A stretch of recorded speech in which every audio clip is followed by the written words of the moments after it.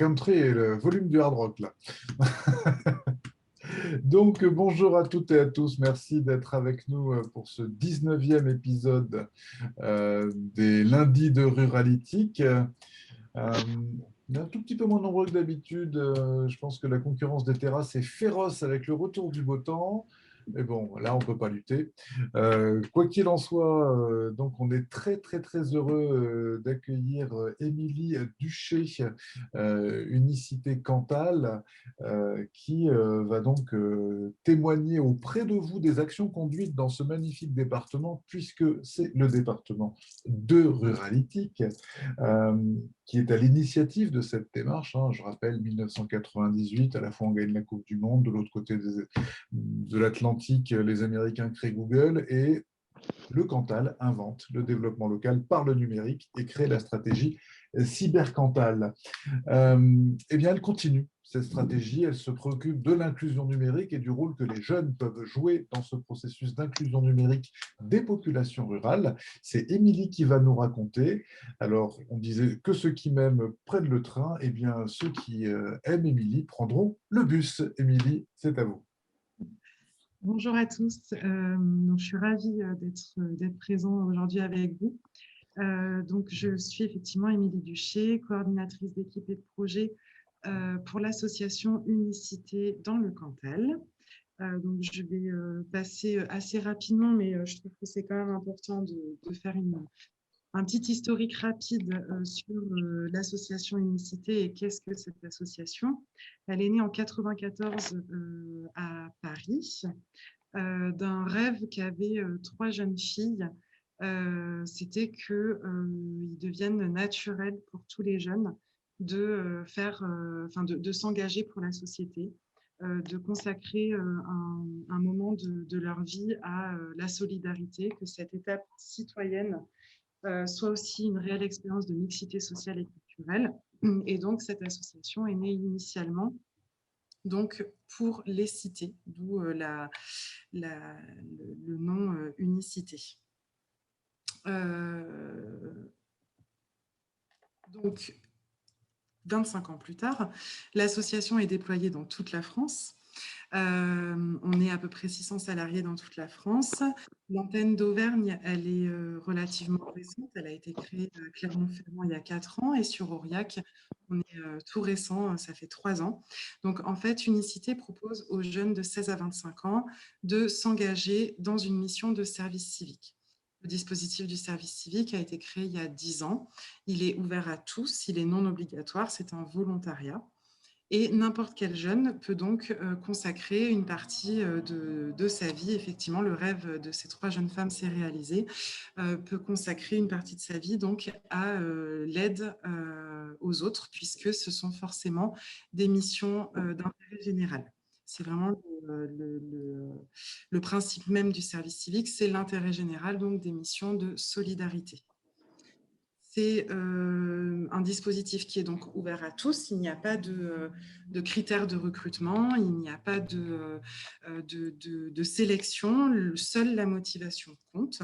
Et donc, Unicité, on est donc un peu l'association pionnière du dispositif du service civique, puisque du coup, l'association a été créée bien avant le dispositif du service civique. Et à Unicité, on a quelques particularités. C'est qu'on propose donc aux jeunes d'être en équipe dans la mixité sociale, donc un vrai brassage social, des missions accessibles à tous et un accompagnement renforcé. Donc, on permet à la fois de répondre à des sujets de société dus aux missions de solidarité d'intérêt général et également on est un vrai tremplin pour les jeunes puisque ça leur permet de pouvoir avoir un réseau, de pouvoir acquérir un posture professionnelle, etc. Donc, juste quelques chiffres rapides. Donc, à Unicité, on accompagne 10 000 jeunes en service civique dans toute la France chaque année. Le taux d'employabilité des jeunes est de 82% 6 mois après la fin de leur service civique.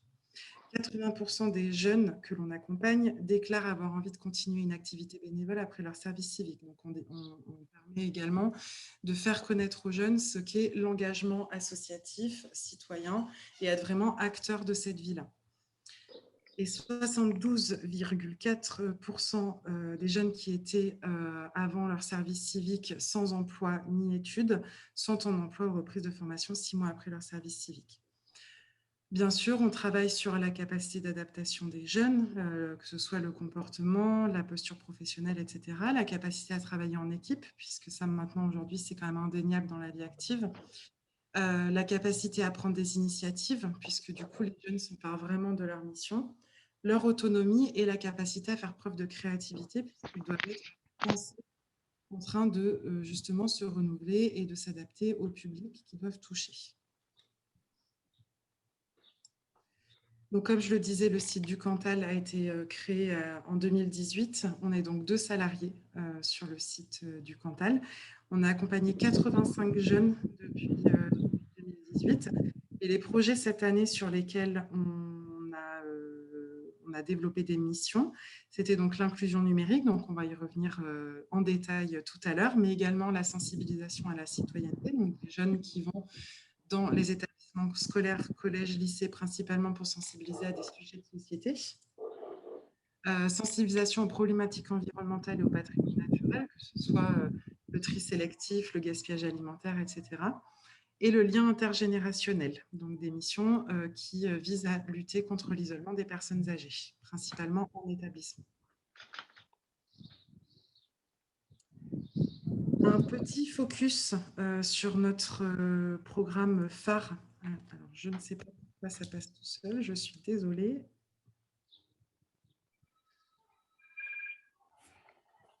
Excusez-moi, les slides défilent toutes seules. Donc, le programme Les Connectés, c'est un programme qui vise à lutter contre la fracture numérique. On va laisser comme ça, du coup, si vous voyez bien. Donc, qui a été développé au niveau national par Unicité il y a 3 ans. Pourquoi un service civique sur l'inclusion numérique? Pourquoi Unicité a choisi de déployer ce projet-là? Parce qu'on s'est rendu compte que 40% des Français ne se disent pas complètement autonomes dans leurs usages du numérique. Donc forcément, on est quand même dans une période où les plateformes dématérialisées ont un peu explosé en France, que ce soit administratif et autres. Donc voilà, on s'est vraiment rendu compte qu'il y avait une grande partie de la population qui était beaucoup trop éloignée de l'outil informatique. Donc, le programme Les Connectés, c'est un programme, donc, comme je le disais, national. Ce sont des jeunes en service civique qui interviennent auprès des personnes éloignées de l'outil informatique. Ce ne sont pas des médiateurs numériques, puisque une mission de service civique, ce ne se substitue pas à un emploi, donc ce ne sont pas des professionnels. Mais nous, à Unicité, en fait, on vise... un peu notre mot d'ordre, c'est la transmission de pair à pair. Et donc, voilà, que les personnes puissent être au contact de jeunes. Nous, en plus, on est en milieu rural. Donc, c'est un programme dont les bénéficiaires sont plutôt âgés. Donc, de voir débarquer des petits jeunes au fin fond des campagnes, les gens, ils sont ravis. Donc, il y a aussi, bien évidemment, un lien intergénérationnel. Mais la visée première, c'est de lutter contre la fracture numérique. Donc, ça peut être aider avec les démarches administratives, ça peut être faire découvrir les équipements numériques, comment on utilise un ordinateur, une tablette, un téléphone, accompagner dans les usages du quotidien du numérique. Par exemple, il y a des personnes qui adorent jouer au Scrabble ou des choses comme ça, mais en fait, elles habitent seules, elles sont seules. Et du coup, les jeunes peuvent faire connaître l'application du Scrabble sur leur tablette. Ça peut être comment je communique avec mes petits-enfants sur WhatsApp ou Skype. C'est aussi rendre autonome dans les activités de loisirs et de liens sociaux, donc comme je viens de l'expliquer. Et bien sûr aussi orienter les publics vers les lieux adéquats à leurs besoins. Ce programme, il est financé au national par AG2R La Mondiale et au niveau local par la DDCSPP, donc la Direction départementale de la cohésion sociale et de la protection des populations du Cantal, le conseil départemental et la conférence des financeurs. Donc, juste pour vous donner une petite idée de l'ampleur de ce projet, donc c'est la 3e année du projet au niveau national, la 2e année dans le Cantal. Donc pour 2020-2021, c'était 350 volontaires dans 35 territoires de France, dont le Cantal, à raison de 2 à 4 jours par semaine. En ville, dont quartier prioritaire de la ville, puisqu'on se rend compte aussi que ce sont des populations qui sont aussi concernées par la fracture numérique, périurbain et surtout rural, en particulier pour nous dans le Cantal. Donc auprès de publics majoritairement jeunes seniors plus de 50 ans et autres publics confondus. Notamment, par exemple, cette année, on a inclus en gros axe inclusion numérique des réfugiés, les bénéficiaires de la protection internationale. Quand ils arrivent sur le territoire français, ils sont complètement perdus avec l'outil informatique. Ils doivent s'actualiser sur Pôle emploi, la CAF, etc. Et ils ne savent pas faire. Donc, on s'est aussi beaucoup, cette année, adressé à ces publics-là dans l'inclusion numérique.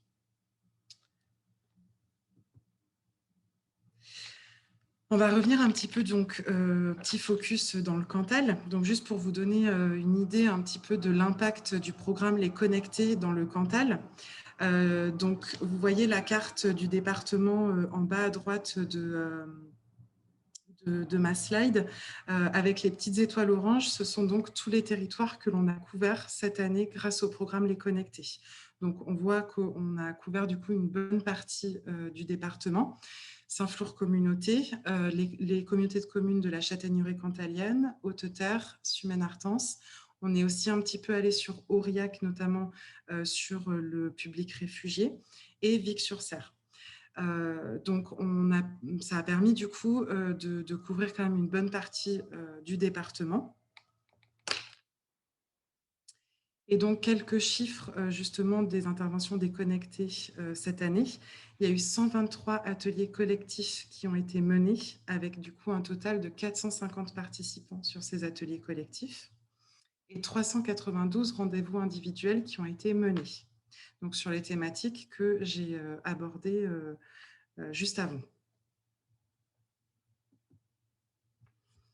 Donc, je voulais juste vous montrer une petite vidéo de aussi ce qu'est un jeune en service civique sur le programme Les Connectés, tout simplement dans le Cantal. C'est aussi la parole des jeunes, en fait, puisque moi, finalement, je suis là pour accompagner des projets des jeunes, mais au final, ce sont les jeunes qui sont sur le terrain et qui savent parler mieux que nous de leur mission.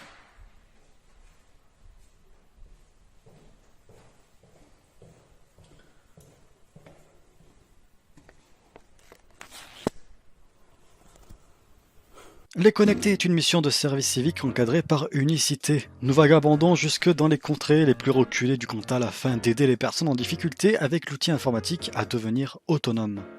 Si seulement la situation nous permettait de faire plus de voyages. Bref, surtout en cette période compliquée où le social n'a jamais été aussi important pour eux. En temps normal, nous disposons de 2 bus numériques en partenariat avec le conseil départemental du Cantal. Cependant, l'un est réquisitionné par les labos pour faire des tests anti-Covid et l'autre est indisponible. Nous allons tout de même parfois aller dans les campagnes promouvoir l'application Tous Anti-Covid quand même. De plus, nous sommes financés par AG2R La Mondiale qui ont permis à la mission d'être déployée au national depuis déjà quelques années. Nous sommes au total 8 jeunes répartis en 4 binômes avec une tranche d'âge dans notre équipe allant de 18 à 24 ans et aux origines multiples. Après un mois de mission, dont la rentrée a été repoussée et gênée par la crise actuelle, nous avons appris beaucoup de choses et aidé beaucoup de personnes.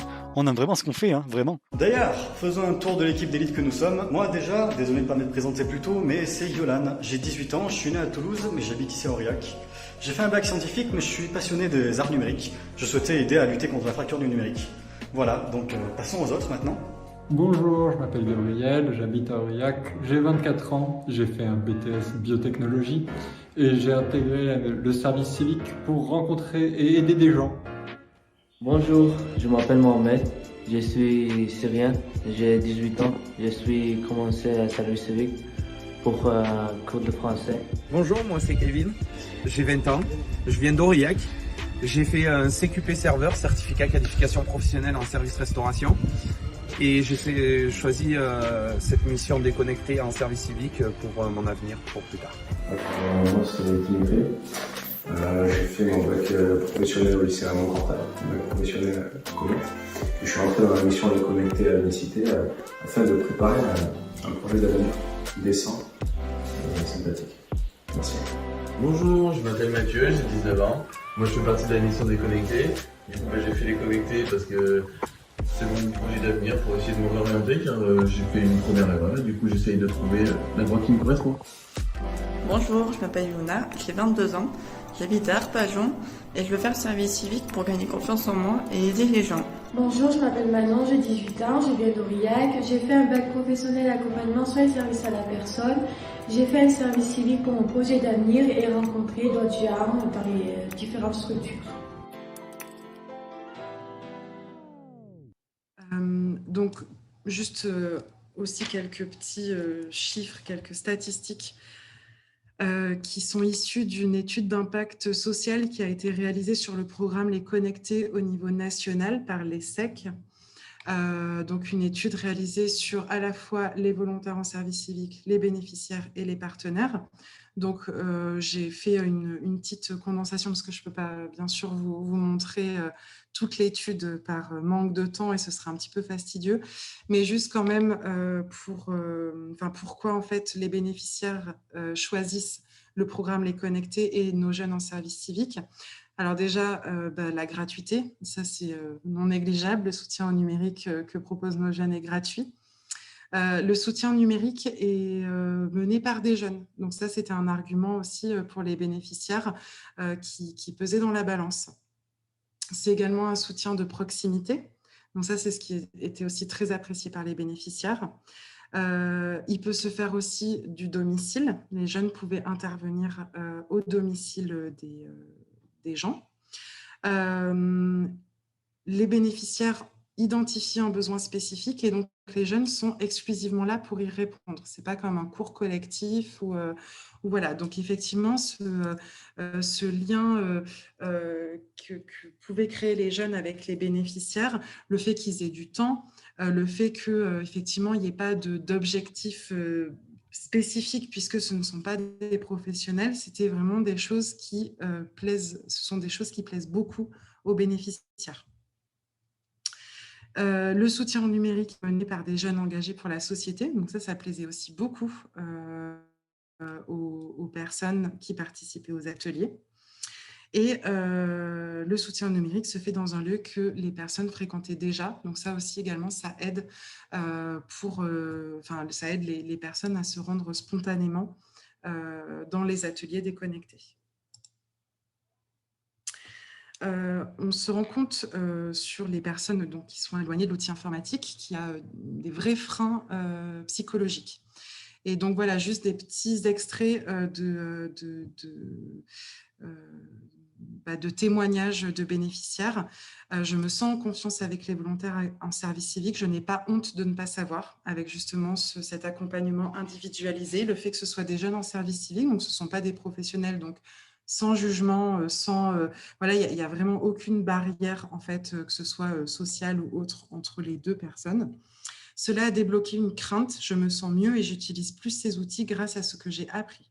Les volontaires en service civique se mettent à notre portée, ils ont un langage et des explications simples, ils sont pratiques, concrets et n'entrent pas dans des théories trop compliquées. Donc ça, c'est aussi beaucoup ce qui plaît, contrairement à des cours classiques informatique ou initiation au numérique de manière générale, c'est qu'effectivement, le fait que ce soit juste, cet apprentissage, il est lieu de pair à pair, c'est une vraie plus-value. Et donc voilà, c'est des paroles qu'on n'a pas inventées, mais qu'on a repris de nos bénéficiaires. Et juste aussi, quand même, le développement et l'impact que ça a sur nos volontaires en service civique.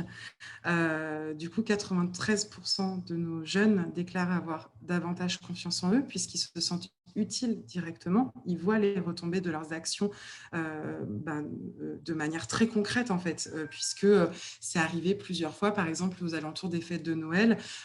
tous nos jeunes se ramenaient pratiquement avec des boîtes de chocolat parce que les personnes étaient tellement ravies que ils leur offraient des cadeaux. Voilà, donc ça pour les jeunes, c'est hyper valorisant d'avoir une personne en face de nous qui dit vraiment merci, enfin, vous m'avez changé la vie réellement. J'ai appris plein de choses, je peux mieux communiquer avec mes petits-enfants, etc. Donc, voilà, pour les jeunes, ça a un impact très, très important. 87% également pensent avoir amélioré leur capacité d'adaptation, puisque ce n'est pas toujours simple de s'adapter à divers publics. Par exemple, un public réfugié, donc un public qui ne parle pas toujours français, etc. Donc, des fois, il a fallu adapter leur accompagnement, leur atelier, donc avec des systèmes de photolangage, etc. Parce que, du coup, de parler d'un ordinateur, d'un clavier, c'est impossible, en fait. C'est des termes qui ne sont pas compréhensibles pour les bénéficiaires. Pareil pour les personnes âgées, c'est pas toujours évident d'avoir la patience aussi face à. On a tous une grand-mère ou quoi qui nous demande mais comment j'envoie ce SMS. On n'est pas toujours très patient. Donc les jeunes font aussi quand même preuve d'une très très grande capacité d'adaptation. 80% estiment avoir amélioré leur capacité à s'exprimer devant un groupe et avoir amélioré leur capacité à animer un groupe, évidemment, puisque la prise de parole en public, la capacité justement à trouver des outils ludiques pour rendre les ateliers pas très ennuyeux. Par exemple, un témoignage d'une jeune volontaires en service civique sur le programme Les Connectés. J'ai aujourd'hui un autre regard sur les personnes âgées. Ils ont vécu plein de choses. Ils partagent leur expérience et c'est agréable de partager avec eux. J'envisage même de travailler dans le futur avec des personnes âgées. Donc voilà, je voulais vraiment vous montrer l'impact que l'on a bien sûr sur l'inclusion numérique et la lutte contre la fracture numérique dans le département du Cantal, sur la société, les problèmes de société que l'on peut rencontrer, donc la fracture numérique, l'isolement des personnes âgées en fait partie, et aussi sur l'insertion des jeunes et le tremplin que l'on peut représenter pour des jeunes qui passent une partie de leur vie avec nous, en tout cas sur 8 mois.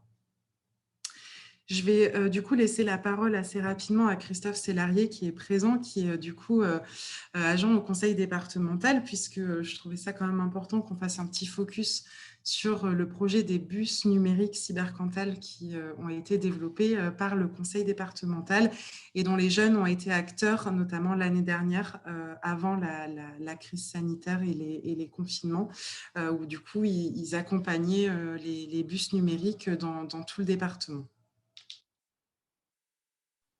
Juste avant que je prenne la parole, je te remercie, Émilie. Tu avais une question, une personne demandait qu'est-ce qu'une personne âgée, en fait. Voilà, je te laisse répondre et puis je reprends la parole après.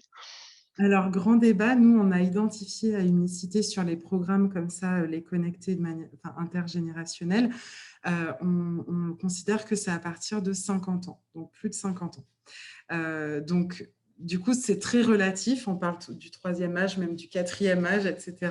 Mais voilà, du coup, nous, en tout cas, on considère à partir de 50 ans. Et les bénéficiaires majoritaires que l'on avait, l'âge était à peu près entre 65 et 75 ans, globalement. Merci pour la précision. Tu m'as fait mal au cœur. Hein. Plus de 50 ans, personnes âgées. Là, ouais, j'ai pris un coup de vieux. Bien, je te remercie déjà de bien vouloir me laisser m'exprimer. Donc simplement, je vais essayer de faire court et puis s'il y a des questions, j'y répondrai volontiers. Les bus départementaux sont le résultat en fait de la stratégie des usages et des services numériques qui était votée par le conseil départemental en 2019. C'était un des axes fondamentaux en fait de mettre un service de bus qui tournait sur le territoire pour apporter un certain nombre de services. Ces différents services en fait étaient l'inclusion du numérique, hein, apporter des informations à tous, alors pas forcément les personnes âgées, mais aussi tous ceux qui le demandent. Il y a aussi dans ces bus des permanences des services du conseil départemental, notamment du pôle solidarité départemental, etc. Et ensuite, les 2 bus sont labellisés France Service, donc aident la population en fait, sur toutes les démarches administratives. Voilà. Comme l'a dit Émilie, effectivement, pendant l'année précédente, enfin, on va dire même l'année et demie, avec la crise sanitaire, c'était un petit peu compliqué de déplacer les bus à destination de la population et en période de pandémie. Donc, pendant une période de la première vague, les 2 bus ont été amenés à faire du dépistage Covid. Aujourd'hui, il y a un bus qui fait en fait de l'inclusion numérique, atelier, etc. et un bus qui continue à faire du dépistage, sachant que la situation s'améliorant normalement à partir de l'été, de la rentrée, les 2 bus devraient être complètement axés sur ce programme. Nous, on se félicite de l'action qu'on a avec Unicité et du partenariat. On envisage même de le renouveler de façon pluriannuelle parce que c'est vraiment un complément. Dans les 2 bus, on a en fait 3 animateurs, 2 chauffeurs animateurs et un animateur un peu plus, on va dire, axé sur l'administration en ligne, etc. Mais c'est une vraie plus-value d'avoir ces jeunes qui facilitent l'accès au numérique. Voilà. Y a vraiment, c'est vraiment positif dans l'action et le fait que ce soit effectivement, comme l'a dit Émilie, dans les 2 sens, c'est-à-dire qu'on apporte quelque chose aux jeunes et à la population, pour nous, c'était fondamental.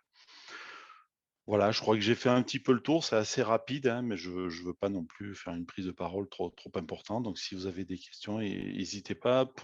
Voilà, une adresse à retenir, c'est bus.cybercantal.fr.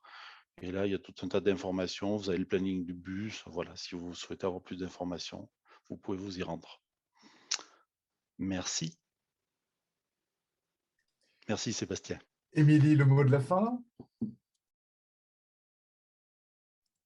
Le mot de la fin, donc voilà, on essaie au mieux de répondre aux besoins des habitants, des problématiques que l'on peut rencontrer, qu'elles soient sociales ou autres.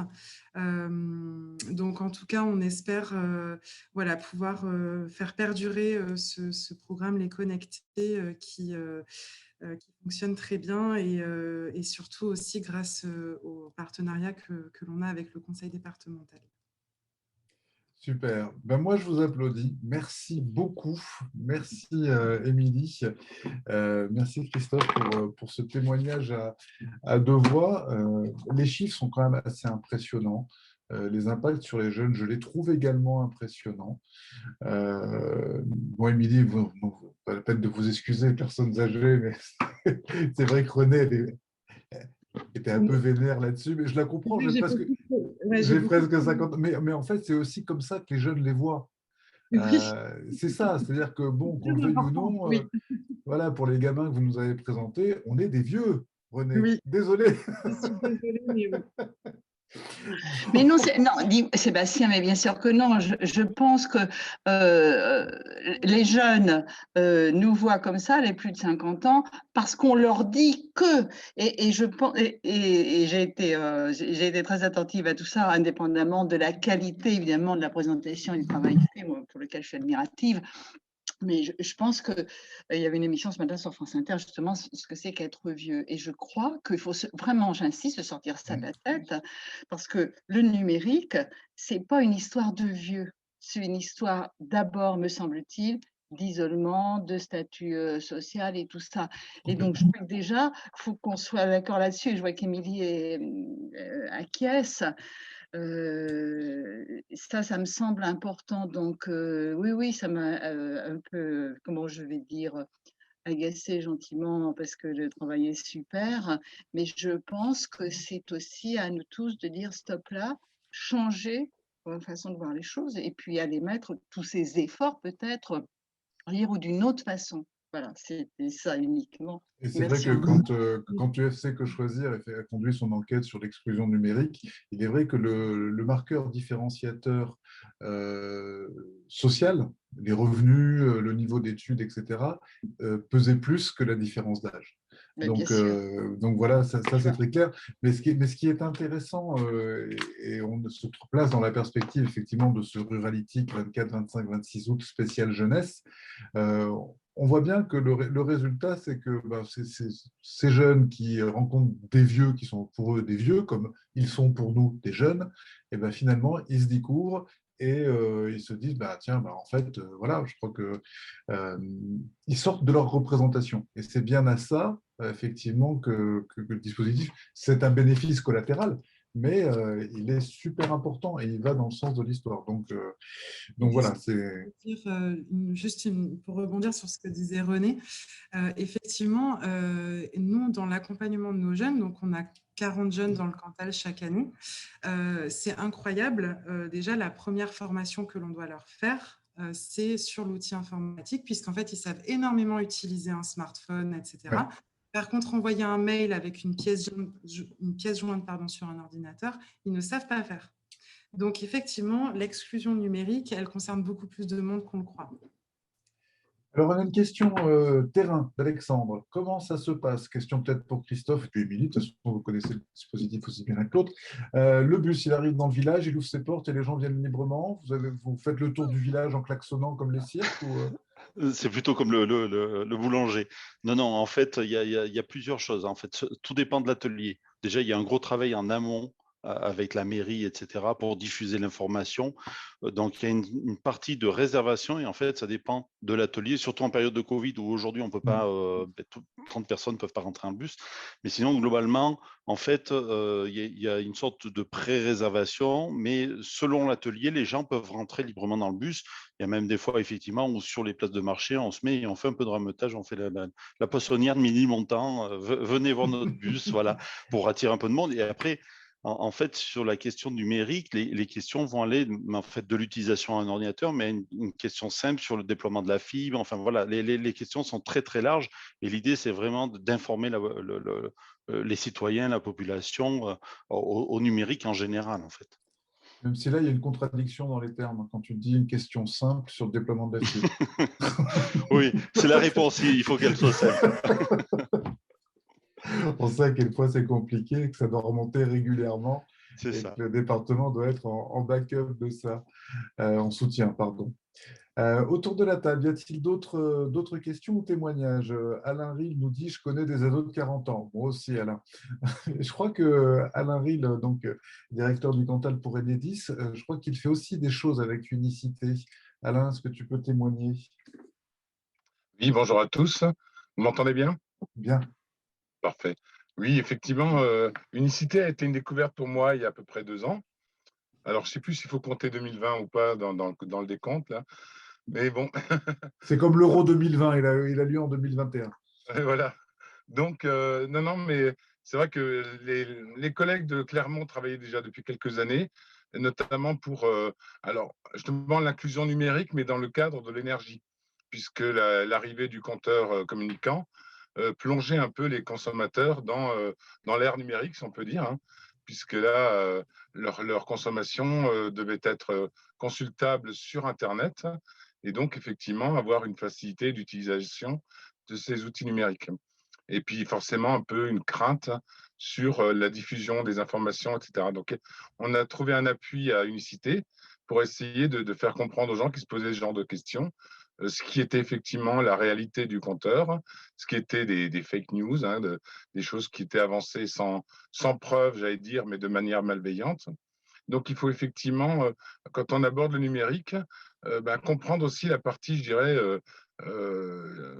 diffusion d'informations erronées par les réseaux sociaux, des choses comme ça, et savoir comment le numérique peut aider à comprendre plutôt que faire peur, quoi. Donc ça, c'est une démarche qui a été favorisée dans le partenariat avec Enedis et les jeunes d'Unicité. Donc ça marche dans le Cantal. Alors, c'est vrai que c'est un peu dommage. Le partenariat a démarré juste avant les confinements. Donc, on s'est très peu vu, pardon. Mais à chaque fois, il y a eu un gros intérêt des jeunes pour comprendre justement ces aspects liées à l'énergie et corollaires au numérique. Toujours une question d'Alexandre, merci, merci Alain.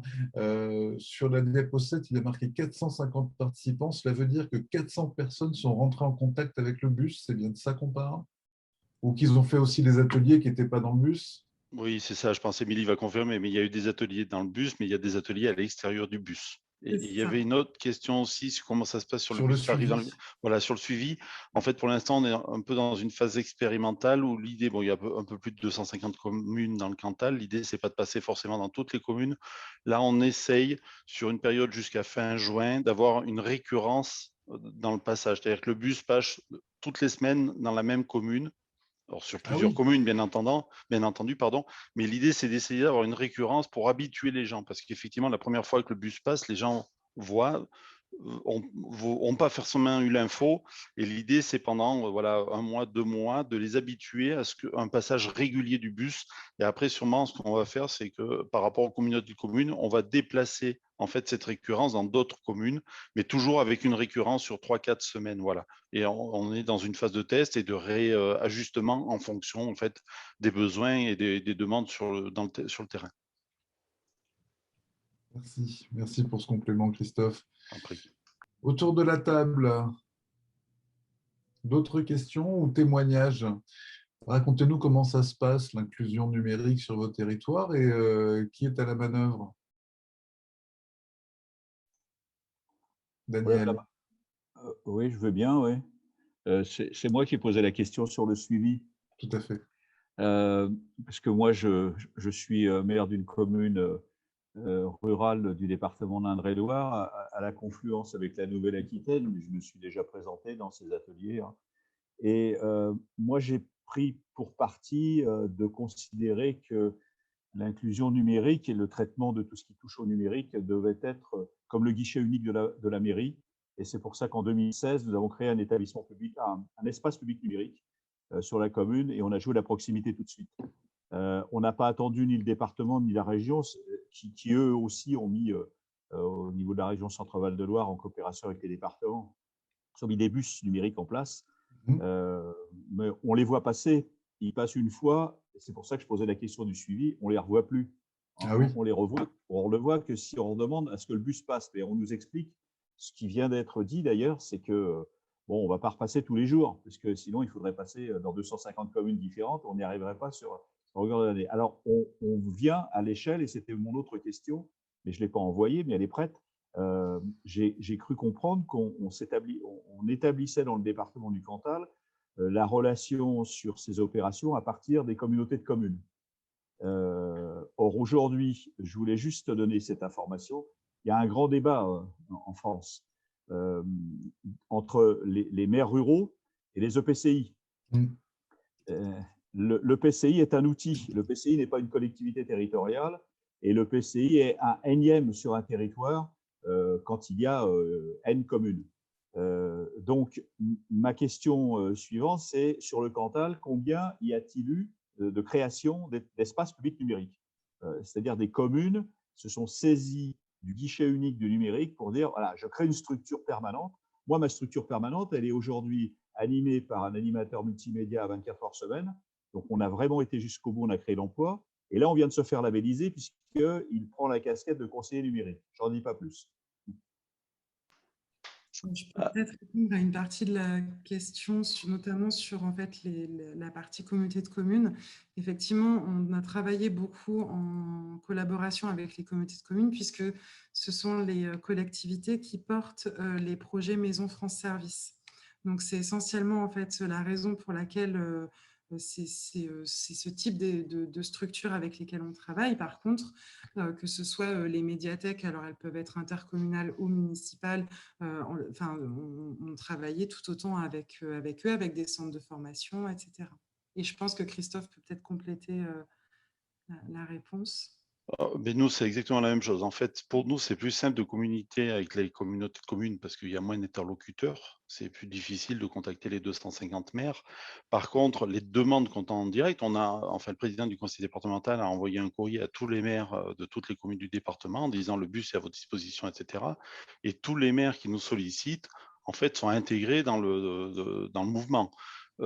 Concernant les espaces publics numériques au niveau du département, alors, en 98, en fait, il y en avait beaucoup, puisqu'il y avait plus de 200 espaces publics numériques sur le département du Cantal.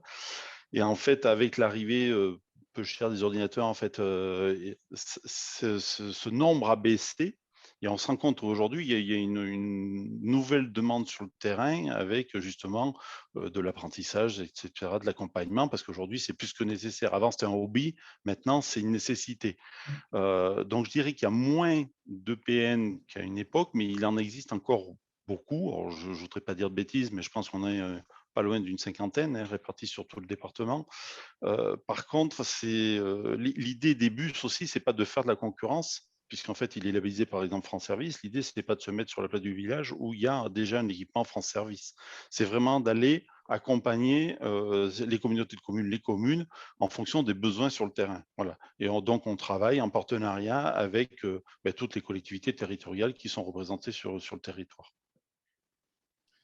On entend ce dialogue très actuel, Daniel, entre effectivement l'échelon intercommunal et les communes, où parfois l'intercommunalité se place en chef de file alors qu'elle n'est jamais constituée que de maires. Mais je pense que sur le territoire effectivement du Cantal, il y a cette proximité entre les maires et le département qui fait qu'ils n'hésitent pas à les solliciter pour répondre effectivement à la question de Jean-Marc. Les élus doivent-ils s'adresser auprès des maisons départementales de proximité et ou au service du conseil départemental? À ma connaissance, les maires du Cantal connaissent le chemin. Ils ont le téléphone de Christophe. Donc, il n'y a pas de souci. Quand on est sur ces échelles-là, on y arrive plutôt bien. Un complément, Daniel, par rapport à ça, le fond de votre pensée, de votre perception? Juste après les réponses là, qui sont données et qui sont légitimes, hein, j'entends bien, le danger, il est là, le danger sur la liaison avec l'habitant, parce que c'est quand même, au bout du bout, c'est l'habitant qui est important, hein, le citoyen. Les EPCI, en France actuellement, hein, font écran. C'est une vraie difficulté dans le fonctionnement. Les EPCI ont été construits en 92 pour être sur des territoires de projet. Nombreux sont des EPCI qui fonctionnent comme des CIVOM, c'est-à-dire qu'ils confondent compétences et vocations. Et là est le problème. Si on laisse faire les choses comme ça, écoutez, ça sera effectivement plus simple pour un préfet de réunir 11 présidents de PCI que de réunir 272 maires de communes. Message entendu. Mais on sait que les maires, et notamment ruraux, ne vont pas se laisser faire. Notamment avec J'ai oublié de préciser que j'étais secrétaire départemental de l'Association des maires ruraux. Sans blague. Donc, voilà pourquoi. et que nous étions en assemblée générale, pas plus tard que ce week-end dernier, et samedi dimanche, et que nous avons adopté 2 motions, dont l'une s'adresse directement aux EPCI. Complètement, oui, j'ai vu passer ça, et c'est un vrai combat. Il faut faire attention que effectivement les EPCI ne deviennent pas des espèces d'administration. Elles sont là pour porter des projets, et elles sont là pour porter des projets des maires. Ceci étant dit, chasser le naturel. Il revient au galop. Qui d'autre souhaite contribuer? Michel Chariot, Mia Moveilly, allez-y, n'hésitez pas. Issam Temar, monsieur ou madame Maillard, racontez-nous comment ça se passe chez vous.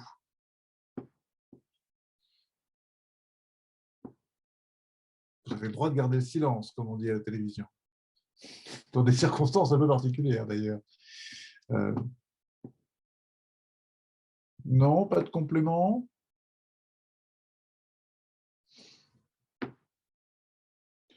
René, comment ça se passe chez vous? Est-ce que vous avez des bus qui viennent dans votre village pour faire de l'inclusion numérique, pas que pour les seniors d'ailleurs? Est-ce que vous avez une maison France Service ou un espace public numérique, ce genre de choses? Non, on n'a rien de tout ça. Montamisé est une commune de 3726 habitants, à 10 km de Poitiers, plus précisément 10 km du CHU et de l'université. Voilà. donc des populations qui majoritairement se débrouillent entre guillemets avec le numérique. Ça, c'est la première chose. Donc, on n'a rien de tel. Il y avait un club qui s'appelait, il n'y a pas si longtemps encore, Club informatique. Parce qu'on n'oublie pas quand même, nous les élus, qu'il y a des gens qui sont encore quelques personnes, hein, mais qui peuvent être loin du numérique. Donc, il n'y a pas de service particulier. Ceci étant, on est dans un département, le conseil départemental, qui s'appelait avant Conseil général, avec René Monory, avait créé il y a bien longtemps de très nombreux services à destination des populations pour ce qu'on appelait l'informatique à l'époque. Donc, ça a été fait, on va dire. Hein. Donc, il y a un peu de maturité dans ce département. Il y a de la maturité, on est d'accord, et puis en même temps, il faut faire attention parce que les populations sont quand même extrêmement mobiles et dans des villages, et là je pense au collègue qui parlait des EPCI, et nous on est dans une communauté urbaine de 40 communes avec à sa tête, je dis bien à sa tête, Poitiers, capitale de l'éducation d'ailleurs, de l'éducation. Et donc, il se trouve qu'il y a des déplacements de population parce que l'habitat n'est pas très cher dans un certain nombre de communes et on se rend compte qu'il y a du travail à faire et que justement, de la même façon qu'on ne peut pas être dans la généralisation pour les vieux, on ne peut pas être dans la généralisation pour l'accès et la maîtrise du numérique. Et que dans la communauté urbaine à laquelle on appartient, il y a quelques communes qui sont confrontées effectivement aux difficultés des populations. Et à ma connaissance, il n'y a pas à ce jour de réflexion commune justement sur la communauté urbaine, sur le PCI. Pour info, Poitiers-Ville vient de lancer de nombreuses concertations citoyennes sur le numérique, des conventions citoyennes hein, pour le numérique responsable sur toute une semaine. Mais ça, c'est Poitiers-Ville. Et justement, ça ne dit pas que les autres communes de la communauté d'Agour vont travailler de cette façon-là. Voilà. Merci. Merci. C'est l'autre aspect de la métropolisation. C'est le revers de la médaille, ça. Parce qu'on n'est pas très loin avec la collègue qui vient de s'exprimer. Moi, je borde la Vienne par. J'ai bien vu. Et on reçoit des gens de la Vienne, on reçoit des gens qui sont venus se former chez nous, de Nintré, par exemple. Nintré, ce n'est pas la porte à côté pour nous. Non. Donc, on a une vraie coopération. Je pense que la ruralité, elle a intérêt à faire connaître sa voix ou à l'exprimer fortement. Mais bon, j'arrête parce que… Non, mais on est à Ruralitique, donc on a le droit de dire ce genre de choses. Et pour rassurer tout le monde, je ne suis ni candidat au départemental ni au régional. Donc, pour l'instant, je n'ai que ma parole. Ça va, vous êtes à la cool. J'avais envie de poser une question à Émilie, justement, elle signalait que c'est les jeunes qui sont embarqués dans cette mission. Ils sont très à l'aise sur 4 applis et leur smartphone, beaucoup moins quand il s'agit effectivement d'utiliser les ordinateurs et les outils du numérique un peu plus poussé. Donc, de ce point de vue-là, est-ce que quand ils sont recrutés, ils expriment déjà une appétence? Comment ça se passe finalement? Est-ce qu'ils choisissent cette mission-là? Le recrutement, en fait, comment il se passe? Est-ce que vous leur dites, vous présentez une fiche de poste, voilà la mission, vous allez faire de l'inclusion numérique, faire le tour des territoires, etc. Ou est-ce qu'ils font un service civique, ils sont candidats et puis après, on leur présente plusieurs missions? Comment ça se passe exactement? Alors, notre processus de recrutement, il est simple, c'est-à-dire qu'un jeune qui est intéressé pour faire un service civique, il passe obligatoirement par une séance d'information collective afin que tous les candidats aient le même niveau d'information, que ce soit sur le dispositif, l'association et toutes les missions que l'on propose. Ensuite, ils remplissent un dossier de candidature et on les reçoit en entretien individuel. Et les motivations pour ce programme Les Connectés. Alors, ça peut être, j'ai juste envie de me rendre utile et je ne sais pas trop quelle mission faire. Il semblerait que ce soit la plus accessible pour moi. J'aime bien l'outil informatique, voilà, donc le transmettre à d'autres, c'est ce qui me plaît. J'aime bien le lien intergénérationnel. Voilà, donc j'ai envie d'être au contact de personnes âgées. J'ai envie de bouger dans tout le département parce que voilà, j'aime bien partir à l'autre bout du département, découvrir d'autres territoires. Donc, j'ai envie de faire cette mission. Voilà, donc les motivations, elles sont très, très variées. Et nous, de toute façon, on s'adapte au profil des jeunes. C'est-à-dire que dans tous les cas, au début, ils ont tout un programme de formation sur les outils informatiques et notamment la CPAM, Pôle emploi, la CAF qui interviennent auprès de nos jeunes pour présenter les plateformes dématérialisées, etc. Donc, de toute façon, on est vraiment toujours sur aucun critère de recrutement, seulement la motivation et c'est nous qui rendons la mission accessible aux jeunes. Et parce qu'ils ont le choix, c'est juste pour clarifier, ils ont le choix entre plusieurs missions. Tout à fait. Voilà, donc nous, on leur propose une mission autour de l'inclusion numérique, une mission autour de la citoyenneté, une mission autour de la sensibilisation aux problématiques environnementales dont Alain parlait, qui est donc financée par Enedis. Voilà, donc après, effectivement, ils se positionnent sur telle ou telle mission. Ça marche, merci, c'est plus clair pour moi. Donc, ceux qui, effectivement, font ça sont voilà, dans un panel de missions, ils ont choisi celle-là. Hein. C'est ça qui est important. Jean-Marc nous demande les démarches administratives sur le portail des préfectures. C'est-à-dire, ils sont formés aux différentes... la déclaration d'impôt, par exemple. Ils sont formés à... Non, ça, on n'y touche pas? Alors, c'est là où, du coup, on essaie... Alors, en tout cas, pour nos jeunes en service civique, en fait, on clarifie beaucoup la situation avec des médiateurs numériques classiques.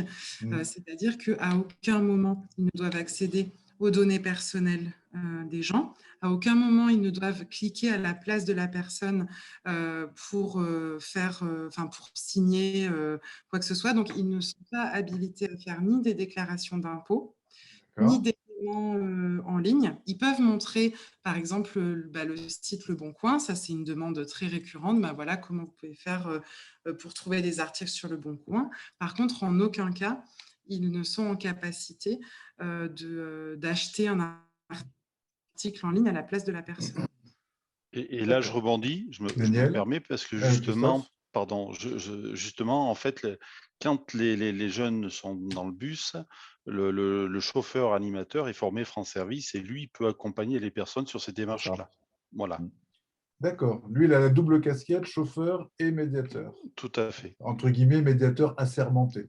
Oui, service France Service, en fait. Oui, c'est France Service. Ok.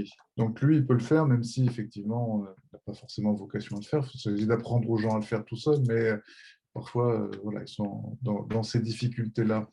Et Émilie, est-ce que vous sauriez nous dire ce qui est le besoin le plus couramment exprimé? Vous parliez du Bon Coin, mais ce qui est le plus souvent demandé à ces jeunes connectés? L'utilisation d'une boîte mail. Ça, c'est une demande pratiquement quotidienne. Le transfert de photos d'un appareil photo ou d'un téléphone sur un ordinateur. Voilà, des choses toutes bêtes. L'utilisation de WhatsApp ou de Skype pour communiquer avec ses enfants, ses petits-enfants. Voilà, c'est globalement les principales demandes. D'accord, ben oui, c'est effectivement des besoins qui paraissent basiques, mais oui. Sur un public réfugié bénéficiaire de la protection internationale, c'est beaucoup l'actualisation sur la CAF, l'actualisation de Pôle emploi. C'est beaucoup ça. Ouais, ça relève plus de l'accès au droit, quoi. Exactement. D'accord. Est-ce qu'autour de la table, quelqu'un souhaite apporter un complément, un témoignage? ou bien une question. Jean-Marc nous dit les risques de la cybercriminalité, mail frauduleux. Très bonne question, Jean-Marc, comme d'habitude. Merci, Jean-Marc. Est-ce que les jeunes peuvent embarquer aussi des messages de prévention? Parce que c'est vrai que je vous ouvre une boîte mail, on ouvre ensemble une boîte mail. Donc, vous allez peut-être recevoir des spams, vous allez peut-être recevoir des mails frauduleux. Est-ce qu'ils sont en capacité d'accompagner les personnes finalement, qui mettent à cheval pour leur éviter de tomber? Oui, tout à fait. On leur fait également ils ont une petite formation en début de mission sur justement la cybersécurité. Et c'est des questions qui reviennent régulièrement puisque en fait, ça fait partie des freins psychologiques qui sont identifiés chez les personnes éloignées de l'outil informatique. C'est un des freins identifiés. Et donc, effectivement, alors, ils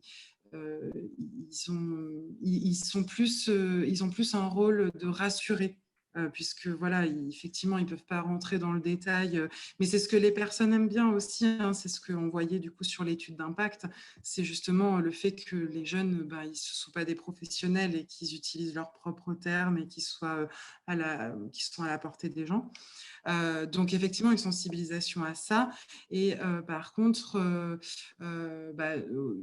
il les amène à créer du coup des mots de passe très sécurisés, etc. Ça, par contre, voilà, des petits mémotechniques pour retenir leur mot de passe. Alors Jean-Marc continue d'ouvrir la boîte de Pandore et nous dit des exemples, remise à niveau du navigateur, validation de l'antivirus.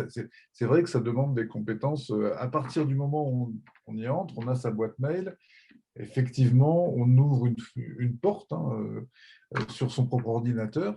Donc, voilà, est-ce qu'il y a une sensibilisation à la question de l'antivirus? Parce que ça fait partie des trucs qui font flipper, c'est compliqué, généralement c'est payant. Est-ce qu'ils vont jusque-là ou est-ce que pour l'instant on met ça un peu sous le tapis? Alors, ils vont parler des antivirus gratuits. Après, c'est plus à titre informatif. Sensibilisation, je n'irai pas jusque-là. C'est plus à titre informatif. Là, effectivement, on sort un petit peu du champ de jeunes en service civique. C'est vrai que là, du coup, sur des sujets très pointus comme ça, qui demandent des compétences particulières, des compétences spécifiques, là, on répond assez peu quand même. Parce que la première, oui. Pardon, je rebondis encore parce que du coup, pour le coup, maintenant que on a le bus, par contre, voilà, avec les trois animateurs font ce genre de prestations sur le site bus.cyberquintal.fr. Vous avez les catalogues en ligne que les élus ou que les citoyens peuvent solliciter pour avoir des ateliers et tous ces sujets sont abordés. Ça va de la création 3D aux antivirus, à la déclaration en ligne, etc. etc. Et là, ce n'est pas traité par les jeunes en service civique, c'est traité par les médiateurs. C'est ça, tout à fait. Voire qui sont formateurs. D'où la complémentarité en fait, des deux actions, quoi. Daniel nous demande, le Cantal dispose-t-il d'un plan de développement du Wi-Fi public? Est-ce qu'il y a un Wi-Fi 15? Alors, il y avait un cyberquintal Wi-Fi qui a été mis en place en fait sur un appel à projet avec certaines communes. Donc en fait, c'est un peu différent parce que souvent dans certains départements, en fait, il y avait un Wi-Fi 15 et quand on demandait un login mot de passe, en fait, on pouvait se déplacer sur toutes les communes et en garder le même login mot de passe. Là, c'est un peu différent. En fait, c'est sur des communes. Donc c'est vrai que sur les communes qui ont été adhérentes, il y a en fait un logo cyberquintal Wi-Fi et les gens peuvent se connecter. Mais par contre, sur chaque commune, c'est un login différent. Il suffit de donner son email, il y a une validation avec après toutes les connexions sont enregistrées pour être compatibles avec Adopi, etc. Mais oui, ça a été fait sur le département du Cantal. Alors toutes les communes n'ont pas répondu à l'appel à projet, mais en fait un certain nombre assez conséquent. Merci beaucoup. Wi-Fi for You, est-ce que vous avez candidaté à Wi-Fi for You, for EU? Non? Non. Parce qu'il faut se dépêcher pour Wi-Fi for EU. Ce système de cagnotte, c'est un peu spécial. Daniel, vous avez essayé, vous, Wi-Fi for EU? Oui, on a réussi à avoir un ticket à la deuxième fournée. Bien joué. À la première fournée, on nous avait expliqué que malheureusement, notre demande était arrivée à 12h11 et le dernier servi était servi à 12h10. C'est ça. On a quand même, avec le sourire, fait remarquer que c'était un peu gros comme ficelle. Et finalement, la deuxième fournée, comme par hasard, on a obtenu un Wi-Fi. Et on vient donc d'installer 12 bornes publiques sur la commune. Super. C'est combien d'habitants, Port-sur-Vienne? Port-sur-Vienne, 366 habitants, 402 DGF. Pourquoi cette différence? Les résidents secondaires qui sont comptés. D'accord. Ok. Donc voilà, on est cabine téléphonique à l'échelle du territoire. Super. Bon. Eh bien, les amis, merci beaucoup. Il est 18h31, cette séance touche à sa fin. Je voulais à nouveau remercier Émilie Duché donc d'Unicité Cantal, Christophe Sélarié du conseil départemental du Cantal également, évidemment. C'est un beau dispositif. Je pense que pousser à ce point-là avec 85 jeunes qui ont déjà traversé le dispositif, c'est quelque chose d'assez inédit et je ne pense pas avoir vu ça sur d'autres départements pour le moment, mais je pense que ça va inspirer pas mal de monde. La semaine prochaine, nous serons en compagnie d'Aurore Saada de Famille Rurale pour faire un point justement sur la relation des jeunes ruraux avec le numérique. Qu'est-ce qu'ils en font, qu'est-ce qu'ils en pensent, qu'est-ce qu'ils veulent en faire. Ce sera également très intéressant. Donc, je vous donne rendez-vous lundi prochain sur cette même antenne, si je puis dire. Et je vous souhaite une excellente soirée. Direction les terrasses. Et puis d'ici là, portez-vous bien. Merci. Merci, au revoir. Merci beaucoup. Au revoir, merci. Au revoir à tous. Merci, bonne soirée.